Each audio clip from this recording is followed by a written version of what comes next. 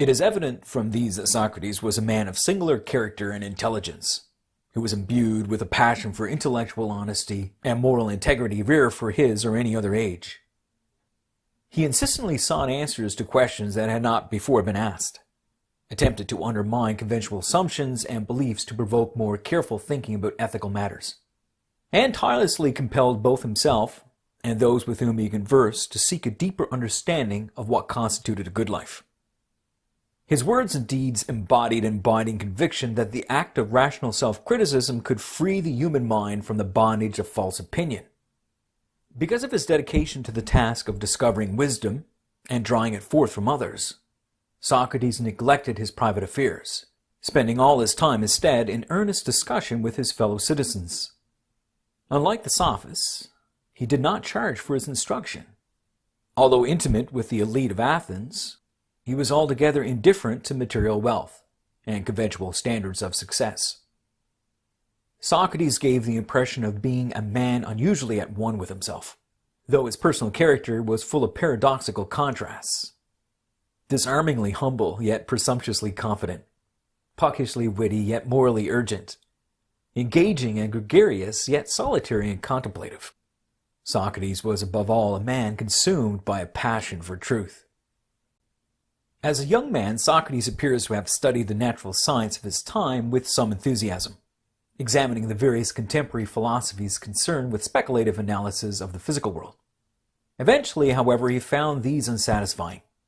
The welter of conflicting theories brought more confusion than clarity, and their explanations of the universe solely in terms of material causation, ignoring the evidence of purposive intelligence in the world, seemed to him inadequate. Such theories, he judged, were neither conceptually coherent nor morally useful. He therefore turned from physics and cosmology to ethics and logic.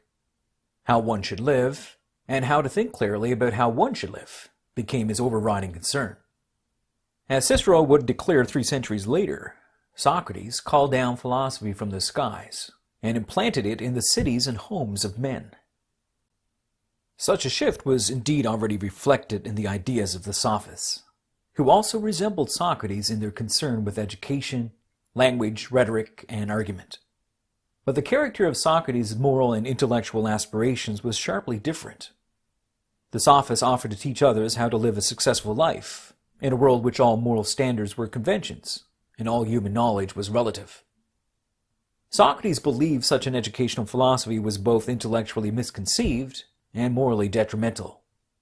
In opposition to the Sophist view, Socrates saw his own task as that of finding a way to a knowledge that transcended mere opinion, to inform a morality that transcended mere convention.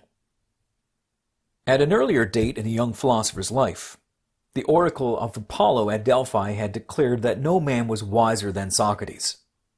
Seeking, as he later put it with characteristic irony, to disprove the oracle, Socrates assiduously examined the beliefs and thinking of all who considered themselves wise, concluding that he was indeed wiser than all others, for he alone recognized his own ignorance.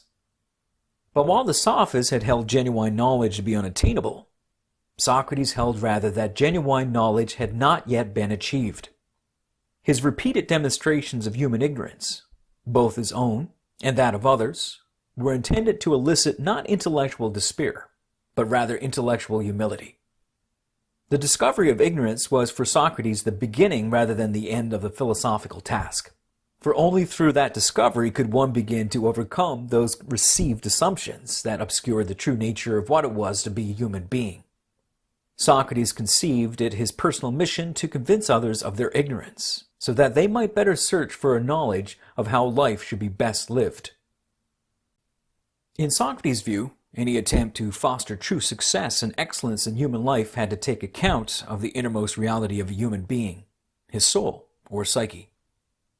Perhaps on the basis of his own highly developed sense of individual selfhood and self-control, Socrates brought to the Greek mind a new awareness of the central significance of the soul, establishing it for the first time as the seat of the individual waking consciousness and of the moral and intellectual character. He affirmed the Delphic motto, "Know thyself," for he believed that it was only through self-knowledge, through an understanding of one's own psyche and its proper condition, that one could find genuine happiness. All human beings seek happiness by their very nature, and happiness, Socrates taught, is achieved through living the kind of life that best serves the nature of the soul.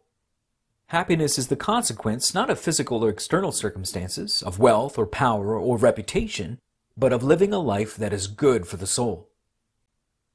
Yet to live a genuinely good life, one must know what is the nature and essence of the good. Otherwise, one will be acting blindly, on the basis of a mere convention or expediency, calling something good or virtuous whenever it conforms to popular opinion, or serves the pleasures of the moment. By contrast, Socrates argued, if a man does know what is truly good, what is beneficial for him in the deepest sense, then he will naturally and inevitably act in a good manner. Knowing what is good will necessarily cause one to act on that basis. For no man deliberately chooses that which he knows would harm himself. It is only when he mistakes an illusory good for a genuine good that he falls into erroneous conduct. No one ever does wrong knowingly, for it is the very nature of the good that when it is known, it is desired. In this sense, Socrates held virtue is knowledge. A truly happy life is a life of right action directed according to reason. The key to human happiness, therefore, is the development of a rational moral character. But for a person to discover what is genuine virtue, hard questions must be asked. To know virtue, one has to discover the common element in all virtuous acts, that is, the essence of virtue. One has to take apart, analyze, test the worth of every statement about the nature of virtue in order to find its true character. It is not enough to cite examples of various kinds of virtuous actions and say that this is virtue itself, for such an answer does not reveal the single essential quality within all the examples that make them genuine instances of virtue. So also with goodness, justice, courage, piety, beauty. Socrates criticized the sophist belief that such terms were ultimately only words, mere names for currently established human conventions. Words could indeed distort and deceive, giving the impression of truth when actually they lack solid foundation. But words could also point, as to a precious invisible mystery, to something genuine and enduring. To find one's way to that genuine reality was the task confronting the philosopher. It was in the course of pursuing this task that Socrates developed his famous dialectical form of argument that would become fundamental to the character and evolution of the Western mind. Reasoning through rigorous dialogue as a method of intellectual investigation intended to expose false beliefs and elicit truth. Socrates' characteristic strategy was to take up a sequence of questions with whomever he was in discussion, relentlessly analyzing one by one the implications of the answers in such a way as to bring out the flaws and inconsistencies inherent in a given belief or statement. Attempts to define the essence of something were rejected one after another as being either too wide or too narrow, or as missing the mark altogether. Often it happened that such an analysis ended in complete perplexity, with Socrates' fellow discussants feeling as if they had been numbed by a stingray. Yet at such times it was clear that philosophy for Socrates was concerned less with knowing the right answers than with the strenuous attempt to discover those answers. Philosophy was a process, a discipline, a lifelong quest. To practice philosophy in the Socratic manner was continually to subject one's thoughts to the criticism of reason in earnest dialogue with others. Genuine knowledge was not something that could simply be received from another second-hand like purchased commodity, as with the sophists, but was rather a personal achievement, won only at the cost of constant intellectual struggle and self-critical reflection. The life not tested by criticism, Socrates declared, is not worth living.